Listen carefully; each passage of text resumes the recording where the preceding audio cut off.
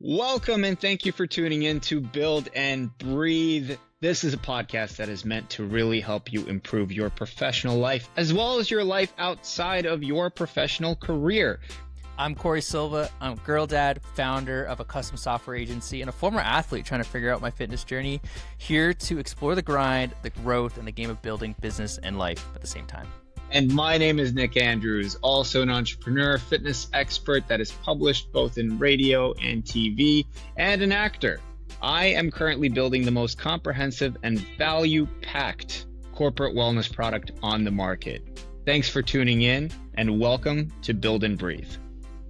We are back, and today we are starting with Optimize a Trend, our first segment of every podcast, and we have a fun question today. Nik can't even hold it together. He's already bursting to talk about this one. The question we're asking today is Ozempic right for you? What a great question, isn't it? Indeed. It is.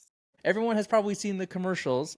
I don't know if this is true across all of North America or just in like the Canadian commercials, but there was a point, just a short story about Ozempic.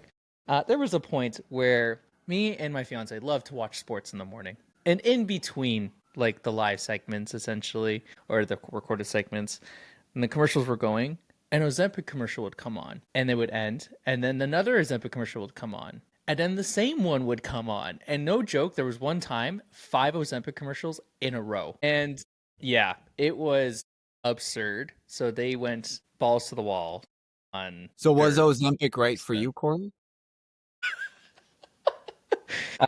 Nik, Ozempic was not right for me, and I'm speaking from a place of never trying it. Yeah. But you said in our conversation before, you said you have known people that have tried it. Yes. I do have known people that have tried it. So my future mother-in-law, she's tried it, and then she knows some of her own acquaintances, colleagues, friends that have also taken it as well too, with, I would say, mixed results because the whole purpose of it is essentially fat loss, right? That's what people are taking it for. Fat loss, fat burners, whatever you want to call it. They can't even call it that. So that's why when you in a commercial, they actually say like, go ask your doctor about it. They can't tell you in the commercial what exactly it is. They're not allowed to. It's against the rules. So to me, that's already a red flag. If you can't tell me what it is, like publicly, and I need to go ask a medical professional about what this is, like I already don't really trust what it is. But the results that I kind of heard was like my mother-in-law, she doesn't take it anymore. She didn't find it useful. She also just felt like, you can get the same results by just, eating right and working out.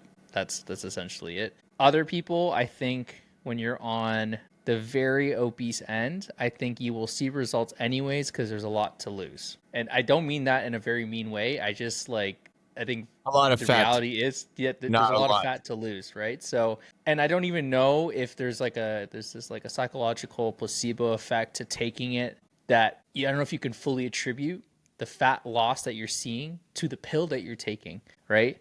You have to keep every other factor in your life the same for you to actually figure that out. And even then, I don't even know. So yeah, I've heard some people that have definitely lost some weight while taking it. I'm not going to say because they took it, while they were taking it. And then others, like my mother-in-law, where she's just like, she actually didn't really feel too good about it. There was like situations as well too, where she just felt like overly tired. She was having some other symptoms that she didn't know if it was because of the pill or not. And so she was just like, I'm not going to take this anymore. But it was her doctor that recommended it to her, which is kind of crazy. So, well, I mean, let's not. Okay, so doctors get bonuses for recommending pharmaceuticals, right? Let's like point out the elephant in the room, right? So for anybody that's like hearing their doctor talk about it, don't discount the fact that they might be getting a back end deal on this, even though in Canada, like your medical system pays for majority of it. I'm not sure. Ozempic might even be free completely, right?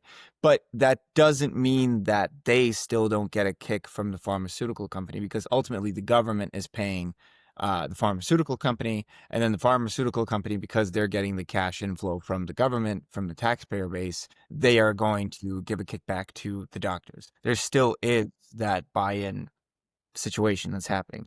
I think there's a little bit of an implied bias there from a cash incentive standpoint, even though doctors are supposed to be unbiased and obviously level-headed with that stuff. It may happen, so I think it's something that we need to keep in mind and keep as a check. Before Ozempic, I think like I wanted to point out like the thing that everybody was talking about was fat burner pills, which you could get at like supplement stores. Green coffee bean was really popular. Garcinia cambogia was really popular.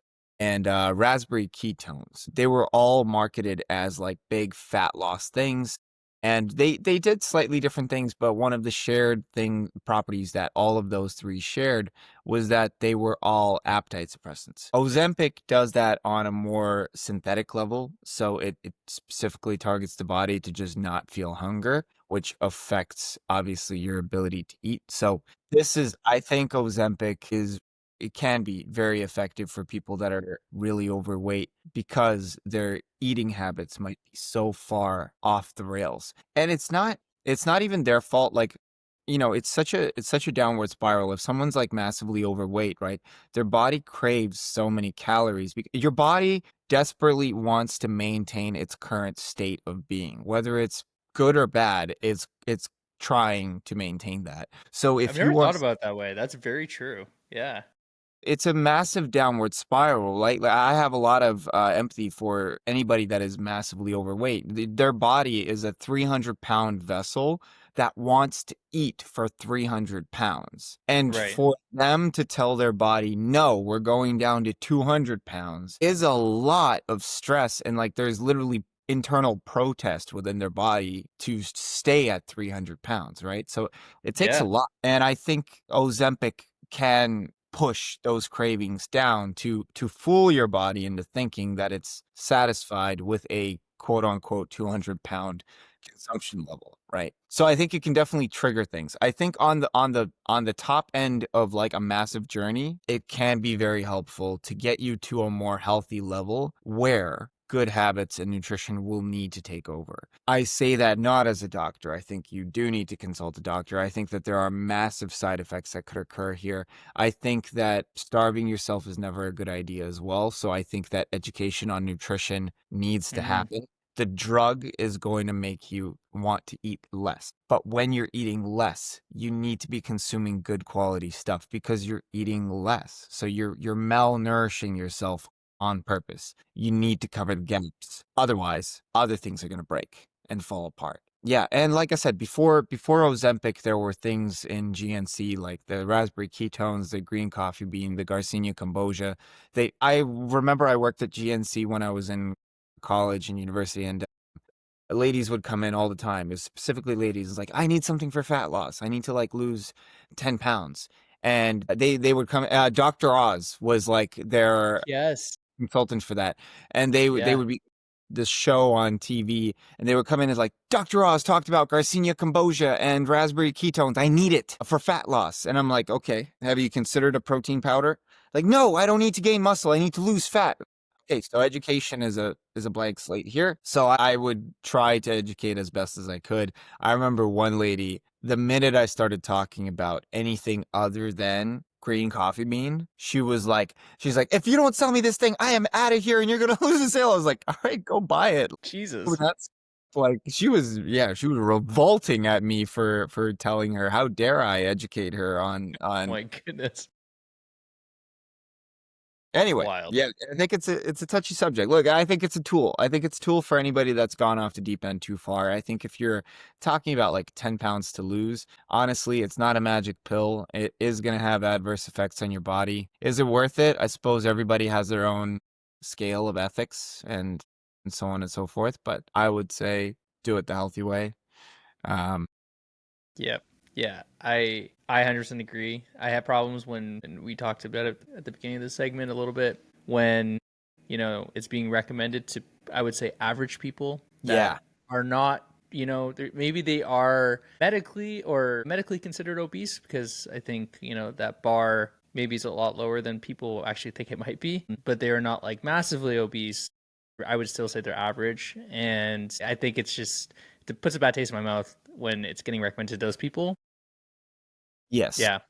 Off of that, actually, this is a really cool thing, but like, you know about BMI scales, right? Like we Yes. studied this in science class in high school and all that. So those are madly skewed towards a very average slash below average population, right? But they don't at all consider body mass index as far as like muscle tissue or skeletal tissue, for example. So, Mm, for example, this is my issue with like Ozempic and like recommending it to the average person as well. If I think I'm right around where I need to be right now, but if you ask me 2 years ago to even right now, I assume if I got tested by a doctor and they took my weight and they put it against my height and my age, they would tell me that I'm pushing to the point of like being slightly overweight. I have a six pack. I have veins in the lower part of my abdominal muscles, and I am not overly muscular, I don't think, right? Like I don't take performance enhancing drugs. I've never pushed my body beyond anything that is not natural. Like it's I've very much operated within the realms of what a human body can do. right. Said statistically, the BMI would tell me that I'm overweight, right? So if we listen to the doctor textbook, the doctor would tell me that I need to lose about 10 pounds to get into the healthy range of weight recommendation for my height. And so if they were blind and they didn't see that I was athletic, they could possibly recommend Ozempic to me too. You know, my point is like the recommendations fit a very, very textbook kind of procedural thing where Mm, there's a lot of nuance that could happen. And just because you are a little bit overweight does not mean that you're broken. It means that there's changes within your body that you could probably do or not do. You might be totally okay as well, right? If you're a very athletic build and you're carrying a little bit more body fat on you, that's not the same as you being the same weight and all fat and very less muscle weight, right? So the scale will tell you this. The full picture is not. absolutely. Absolutely. So yeah, so I think we go back to the question, is Ozempic great for you? I think we could probably both agree it's edge cases in which Ozempic is a tool that can be used, but more often than not, like doing it the healthy way, what I would say the natural way in which your body is capable of doing, which I want to remind everyone you are all capable of doing it. It might not be easy to get to that capability, but you're capable of it, would be the way that I think we both would always go. So yeah, I think the average person shouldn't naturally have to be taking Ozempic or any like fat burner type of solution or medicine out there. Yeah. You don't need diabetes medication if you don't have diabetes. Correct. But if you're consuming a lot of sugar, consume less sugar. Okay, everybody, starting segment 2, we're on Fluffy to Buffy, where we follow Cory and his tremendous fitness journey for a better body composition and to be a better father and to look like an athlete while doing it. Came off a marathon like a rock star, no injuries or anything like that. And since we've been just getting him into routine, getting the volume of workouts up, tuning in his diet, and then getting him sorted for a fat loss journey. Cory, how you feeling after this week? This is Friday now, so majority of the week's behind us. Yes, feeling good. The workouts are feeling great. I think I hit everything that I needed to hit in terms of like there was a couple workouts specifically that we wanted to like increase the weights.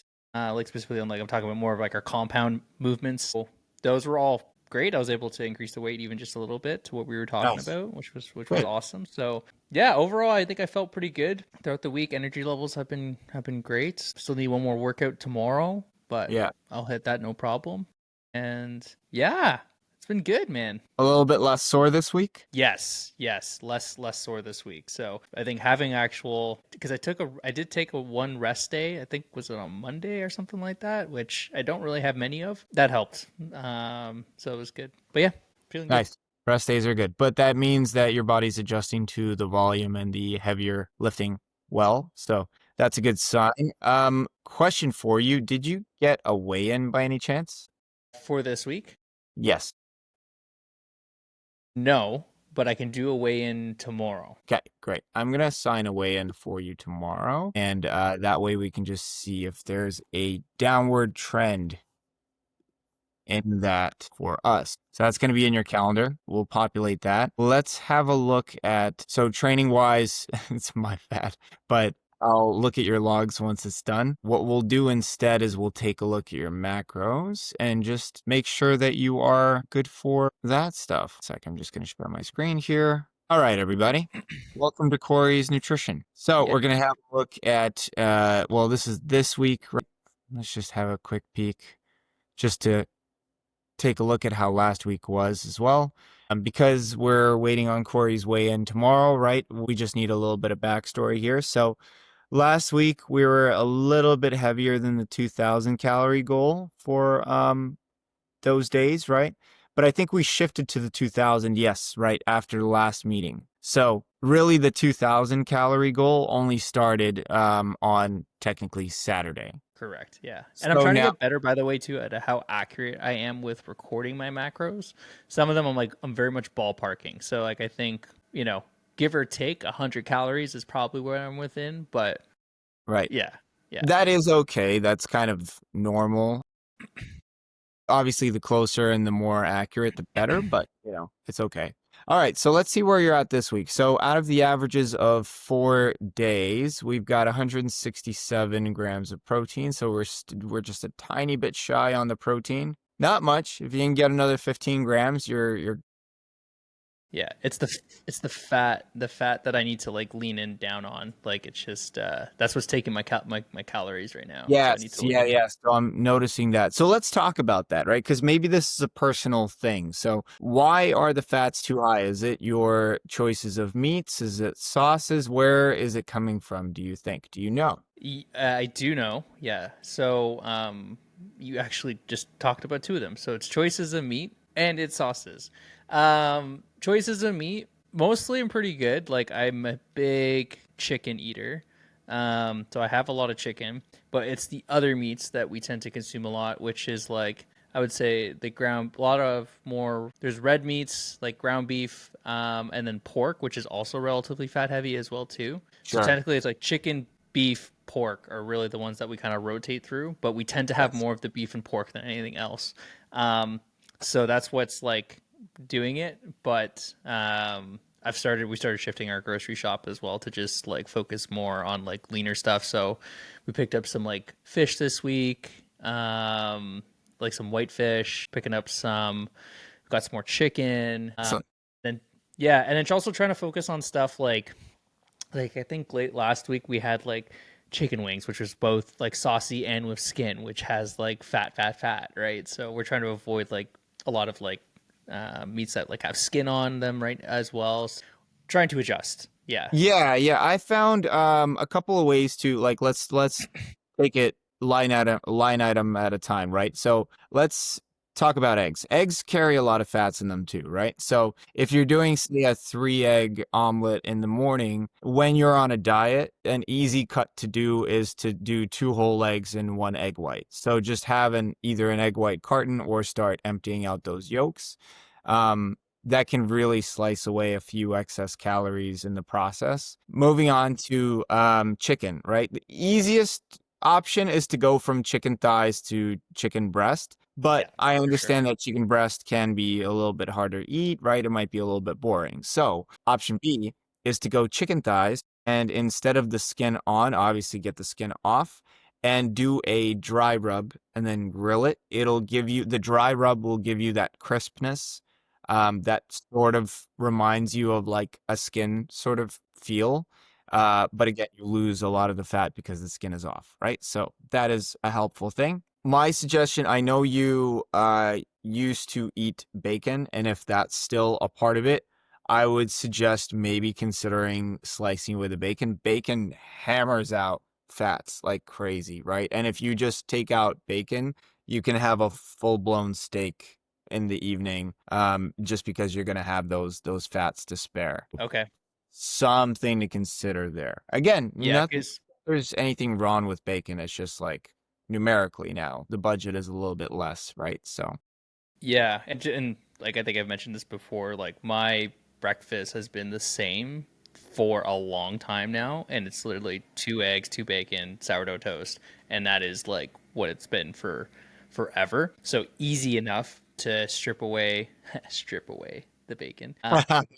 Yeah, just a little dad pun in there. But yeah, I can easily take off the bacon. I think the 2 eggs are probably pretty good. I can add extra egg white just to help with the protein Yeah, portion of it. that's a good idea. Yeah, so that's no problem. And then the other one was the sauces. Sorry, I didn't mention that as well. Yes. So sauces, we're a big lover of sauces in this house. Yeah. It's not my first time where I've had to like control how much sauce I put on. But yeah, I'm just basically forcing myself to readjust to that. So I don't What lather on the sauce. What are your sauces consisting of? Uh, Is it well, there's a olive oil mixture. based or what? We always try to do olive oil based sauces for sure. Right. But yeah, dude, it ranges, man. There's like some of them are like core creamy sauces, some are like more mayo and cream based. There's some hot sauces as well too. I just try to have less of it overall. Like, You if can I know I want a sauce with it, I just tamper down how much of it. Like it doesn't ruin the meal for me, it doesn't make it harder to eat. Sauce is like an indulgence for me. It's like I love dipping stuff. I love like mixing like, my rice, my meat all in like together. yeah. But having less of it doesn't make it harder for me to eat. It's just more of like an enjoyment factor of the Yeah, flavor. Yeah. I think when you are dieting, an important thing to note is that carbs carry less calories than fats, right? So when it comes to sauces, when you're starting to make those adjustments, it's actually a pretty strategic thing to switch your sauces to more of a carb-based intake. So I'll give you an example. Instead of olive oil, if we're talking about a salad, instead of olive oil, think balsamic vinegar, because the same amount, like a tablespoon of one versus the other, will be already like a 50% calorie cut just from that switch. Obviously, we're talking about different flavors, but in both cases, you're getting a teaspoon of a sauce, but it's going to give you a different kind of result, right? Um, Lemon is a very powerful tool as well. So like lemon Oh, juice yeah, smart. Yeah. carries next to no calories, tons of flavor. You've already got your hot sauce and spices. That's great. And don't discount pico de gallo. It's such a, or salsas. Salsas Yeah. provide so much flavor with so little sugars and so little, but it's great for rice. It's great for your meats. It's whatever, right? So, um, I encourage you to think about those things. Back to the breakfast, another one that you could kind of toss in if you want some extra flavors, right? When you're subbing the bacon, and it sort of can satisfy that like smokiness flavor, is having some beans in there. So a Okay. couple of Yeah, yeah. beans, fry those up, right? That's going to add some fiber. That's going to add a little bit of protein. It's going to add a little bit of carbohydrates, but it'll fill your plate up. And it's only going to add good stuff, and it's next to no fats in there, right? Depending on the sauce base that you pick there. But that's a great trick as well. Love it. So yeah, great choice with the white meats. There's going to be next to nothing there. If you want something in the middle, I don't know how readily available, but keep an eye out for swordfish. Swordfish steaks can kind of So satisfy. good. Yeah, Yeah. but that's like right in the middle of salmon and it's a white fish, but it's a little bit fattier, so it's juicier than a cod. Um, that's not a bad option as well if you kind of want to treat yourself to something grilled that, you know, tastes like that, right? Love Yeah. it. But Cool. as far as hitting your macros, I mean, like assuming these are accurate, you're well within the 100 calorie range. Just about fine tuning a little bit on the protein, and then I would say, yeah, watch those fats and just reinvest those back into your carbs and your protein. I think you could be a little bit smarter with that. I think it'll pay off in your energy levels at the gym and in your recovery. That said, you being not sore is also a good indicator that you're probably getting sufficient enough protein for healing. So Sweet. that's good. Yes. Okay. As far as your training component goes, I don't want to jump ahead of myself, but I would like to start implementing some low intensity cardio here.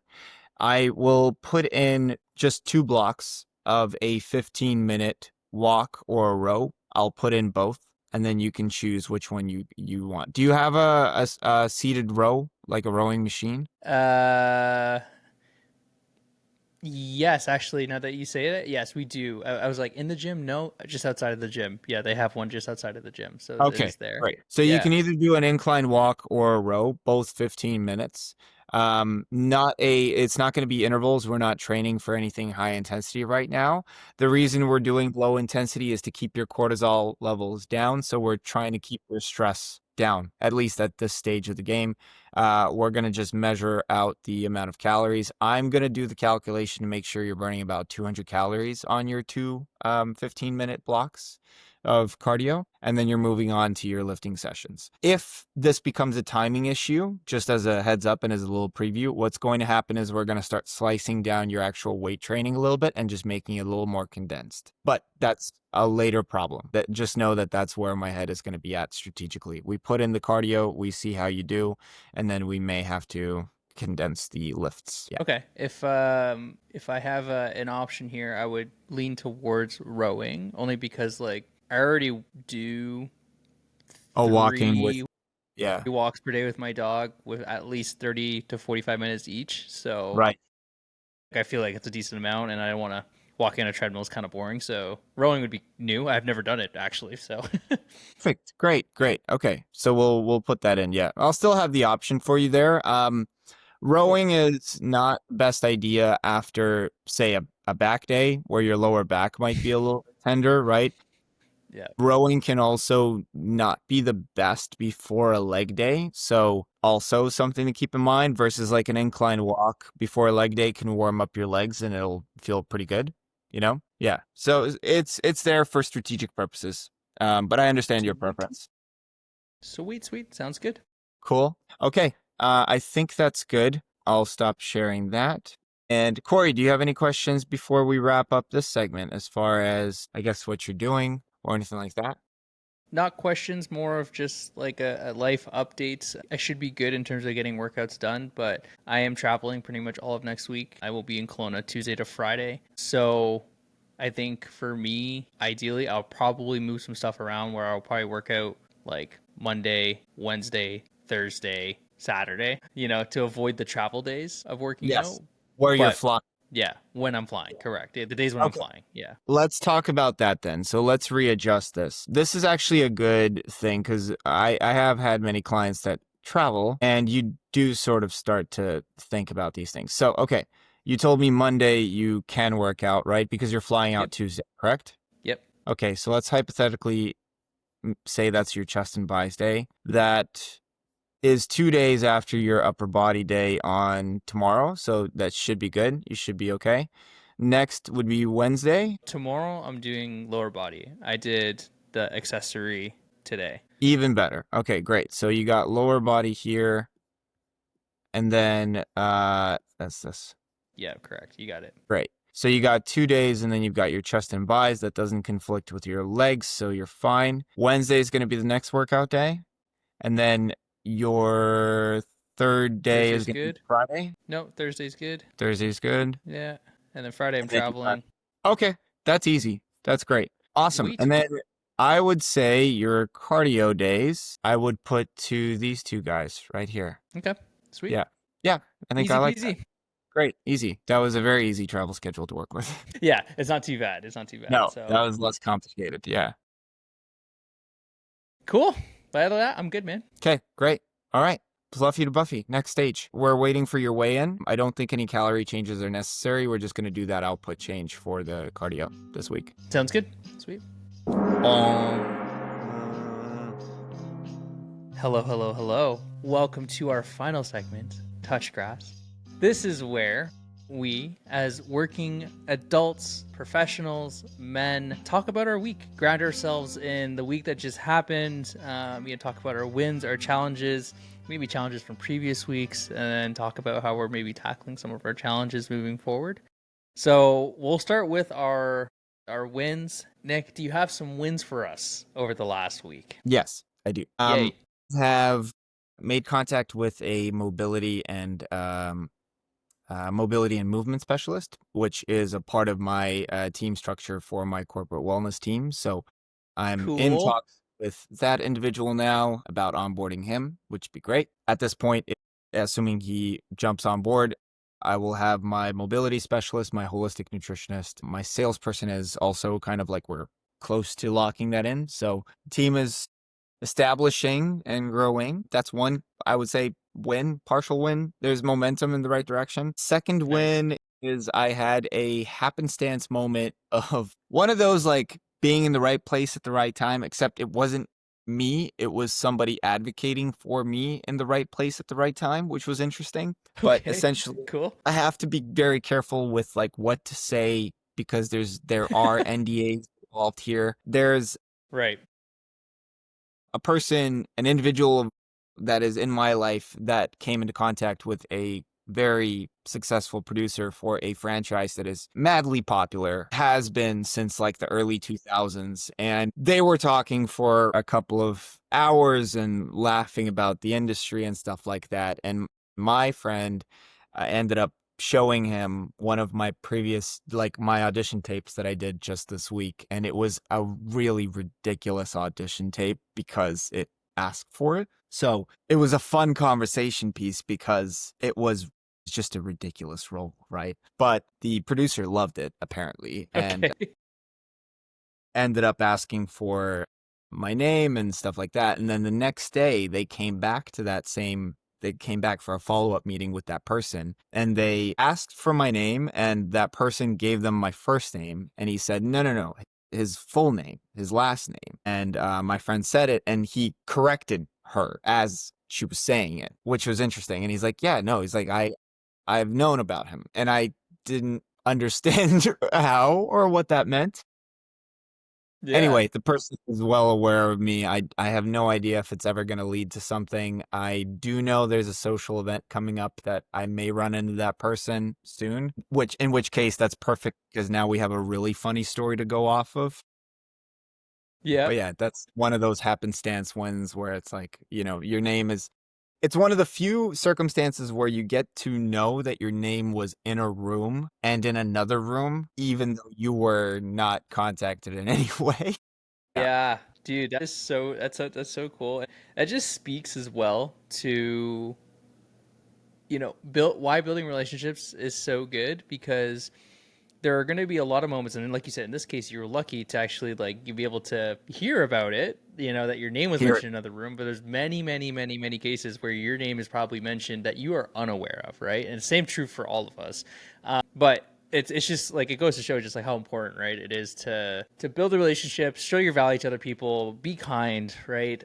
Because your name will evidently come up, whether good or bad, in the rooms that you're not present in, right? So, but that's really cool. I mean, hopefully you get to meet this guy at whatever at this social event or a future social event, so that you can kind of jam out on the funny story of how your name popped up in a room and stuff like that. So It's both embarrassing and funny at the same time. Like I am deeply the perfect embarrassed that icebreaker. it is.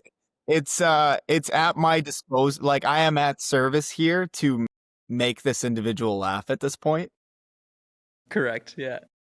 It showed my commitment to the role for sure. It showed that I'm not afraid to laugh at myself. But oh my God, like my first instinct was like, I have to show this guy that I can be professional because that tape is anything but. Oh, one day I would love to see this out of the archives years down the line, when actors finally can show certain audition tapes for certain things like this that moment will come in the decades to come, and it will be amazing. This is one of those like face and palm moments. Eyes watching it with eyes closed, as anyway, yeah, that's Man, that's so funny. up to you, Corey. Cool. I don't know if I have like a funny, embarrassing, win like that, but I'm trying to think, win for this past week. I'm trying to think. I mean, business wise, closed another deal. I'm on pace to basically beat last month, which is really cool. So I'm on this upward trajectory of just crushing it, which is so fun. So I would say that's overall a win. I hired like a VA/EA for myself. Cool. So so that's a huge win. They're starting not next week, but the week after. We're doing like a 1 week trial period. They're doing a little bit of a test project with me. We basically get to work for free with me for a week to see if it's a good fit. And yeah, I'm excited for this because I am swamped, and there are just many times where, I'm not getting to emails quick enough, or my to-do list is just like a chaotic mess. It lives like on like, my computer, it lives on my notebook, and it just sometimes gets a little chaotic. So, was looking for someone to help guide my life in terms of like putting the guardrails up, making sure things move along, making sure I don't miss things, because, it's not that I'm disorganized. It's literally just because I have so much work. Like, and I think it's inevitable that eventually at some point everyone could benefit from some sort of, administrative support. So yeah, so I'm excited for that. That will be good to get. How to did get her you going. find this person? How did you find this person? How did you ensure that you can trust this person? So this was a referral for a company. So I know this guy who's in the city. His name's Jonathan. He's great. I'll shout out his business, Grant Fund Pro. He's him and I have been chatting for a while, and he has an assistant from the same company. And so they're called Coconut VA, and they're an international, virtual assistant. Call them an agency almost. But the benefit of them is usually if you hire directly, like, you're getting pretty cheap people, but you tend to get a lot of turnover. So, people, if they don't obviously have benefits, they're only getting like the money that they pay. They also might be contracted out to like multiple people. Where in this case, this person's dedicated to me, but all their benefits and everything are paid through Coconut. And so they tend to stay longer because they have all these like benefits of working for a company, but then I'm basically just, fronting their salary plus the profit to Coconut essentially. So yeah, so I'm trusting basically my friend's referral. He's had good experience with it. He's had previous VAs before where he's hired directly, and then he says he's had nothing but good experiences with these people. So I'm like, cool, taking the referral, I'll give it a shot. And also it was like low risk. Like being able to go through this whole hiring process costs nothing. This trial period costs nothing. And then if I don't like the first week, we'll go back to the drawing board and they will find other candidates for me, and it costs nothing, and just do it all again. So it's a very low risk thing. So that's where I was like, it's worth going through the process because it costs me nothing until I'm committed. That's cool. Coconut VA is who you are ultimately going to be paying. So Yes. within their space, there's essentially what I'm understanding is there's two pricing models where you can pay for one VA, or you can pay for like where they're dedicated to you and only to you, or you can pay for a part-time VA essentially where they're out for several people. Correct. Yeah, exactly. So right now, like my VA, she's only going to be working for me, which is great. But they also, yeah, that's basically their options. They basically, you can get a part-time VA, you can get a full-time VA, and then they also can help you hire direct. Like if you want, they can help source candidates. But it to me wasn't worth it. I was like, I want them to just like have control of everything. And have a peace of mind that this person's not going to peace out after like a month, right? Yeah. Yeah. Yeah, that makes sense. I love that. That's a great option for anybody that's looking for a VA actually. Yeah. So that will be a new experience, new hire. And I hope she kind of does well in the first week, and then we'll see how it goes. But Right. yeah. Would you ever consider hiring within company, like internally, Like you mean like what do you mean? to your own company? So instead of Coconut VA, like would you ever consider hiring an EA to your company direct? 100%. 100%. 100%. I think this is step one towards that. That to me would be like the future state, is that a dedicated resource that is actually a full-time employee of the company, where we can provide like their benefits and everything like that. That would be the future state. Only because like, I'm sure these like, the VAs through Coconut VA are fantastic. But there's something to be said about people being bought into like your vision for the company and where you want to go. And so, having them actually hired within for that purpose will feel a lot better. So I do want to get there one day. So I definitely will. But this is definitely just step one of that journey. Right on, man. Yeah. That's really exciting. That's really awesome. Good for you. So Yeah. what's Should be good. that's your wins. Did you have any shortfalls? Did we talk about that? We have not talked about that yet. No, we haven't. Shortfalls this week. I'll talk more about a challenge, and I'll stick to. I have two. I have one business and one personal. I'll talk about the business one first. So the business one first is I have this very, very big deal that is coming through that I've been working on. And I've been in this situation before. And I've talked about this, I think, in a previous podcast, but like, I've lost like large 6-figure deals before. And it really, really sucks. This one is a very big 6-figure deal. We're talking like itching on like $500,000 worth of work. And there is, I would say, an 85% chance that this goes through, but there is still this 15% uncertainty that it doesn't, because I've been doing a lot of this like consulting and planning work for them, working on the scope, working on the milestones, working on like contingency plans, because they're a venture-backed company. So they have investors, they have fiduciary responsibility. And so they need a lot of this extra stuff. I provided not just me, my whole team has provided a lot of value so far to plan this all out. And we haven't gotten a financial commitment yet, nor have we signed a proposal. So it's a challenge, because my goal is obviously to get a deposit and to get a proposal signed, at the very least get a proposal signed to show some level of commitment. So that is actually what I'm working on today. Is I kind of got the go ahead that they're good with all the stuff that I did, and I just need to package it together in one proposal, send it to them for it to be signed. So it's been a struggle. Like it has been. It's just like there's this underlying worry that it will fall through, because it has happened in the past, right? And so I'm just trying to figure out the best way to close it, because it is very different than the other projects we take on. Normally we take on, I would say like 30 to 50K projects, 2 to 4 months in terms of time frame. This one is like, close to $500,000, 6 to 8 months worth of work. It's not in our, I'm not gonna say not in our wheelhouse. It's just not normally the type of project and size of project that we take on right off the bat. So it just operates differently. Usually I just have like a discovery call and then a decision call, at max a second decision call if for whatever reason scope changes in the middle one. But this one has already been like four calls, and we're heading on a fifth one. So it's just a lot of effort for what is potentially a big deal, which could be a payoff. But it's just a challenge. Just a challenge. Yeah, sure. Right. Exactly. Maybe actually, what are you doing to overcome that challenge? Like as the takeaway, I guess. Is there anything that you're doing to overcome the challenge? Good question. The only thing I'm trying to do to overcome this challenge is to push for the early commitments, which is like the deposit and the signature. There's not much more I can do. Like I think they love me, they love the team, and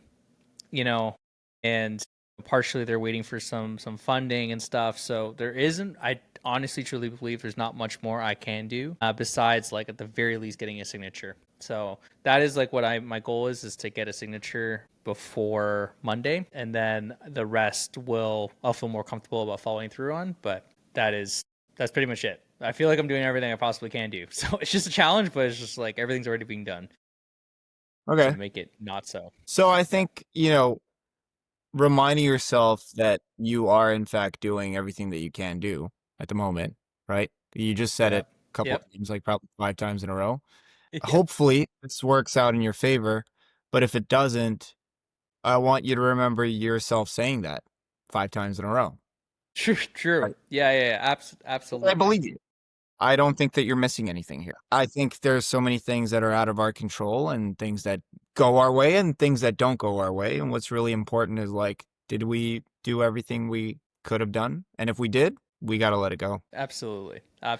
I'm not, I try to treat all these situations as, yes, we'd love to work with, as many people as we possibly can. But, if this falls through for whatever reason, like I said, I've said it already. I feel like I've done everything I possibly can do, and that is the most I can ask for. And there will be other clients, there will be other projects. So this is not going to make or break our year by any means. It could definitely help a ton, but their pipeline is full. I'm not concerned.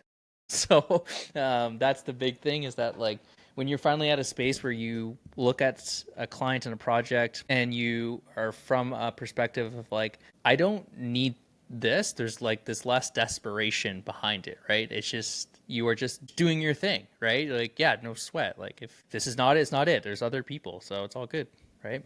Yeah. And then the personal thing I'll touch on really quick is just, so last episode I mentioned that we're moving to Kelowna, so that's been really exciting. But we've also then shared that with our families, which has been tough. And so they're supportive, but of course, family's family. They always want family close, right? So I think we can kind of feel some, I don't know what to describe it as, just sadness, I guess, is the best way to describe it. And so, we're trying to make the next 2 months really count with them, with the holidays and Sienna's birthday and all that sort of jazz. But we know that they're sad. And so that's been kind of just like a tough thing to go through. Because I've always lived pretty close to my family. So this is very much something very new for them and new for me. Right, right. It's hard when you want your loved ones to be excited for you, but they're perhaps being a little selfish, right? Like it's they can't get Yeah. to the excitement level. So Yeah, that's tough. exactly. Which I don't fault them for. It's all good.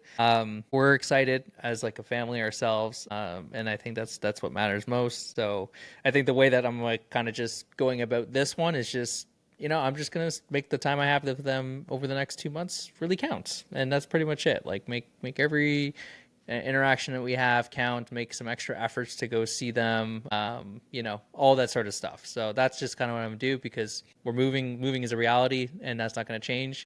So Yeah.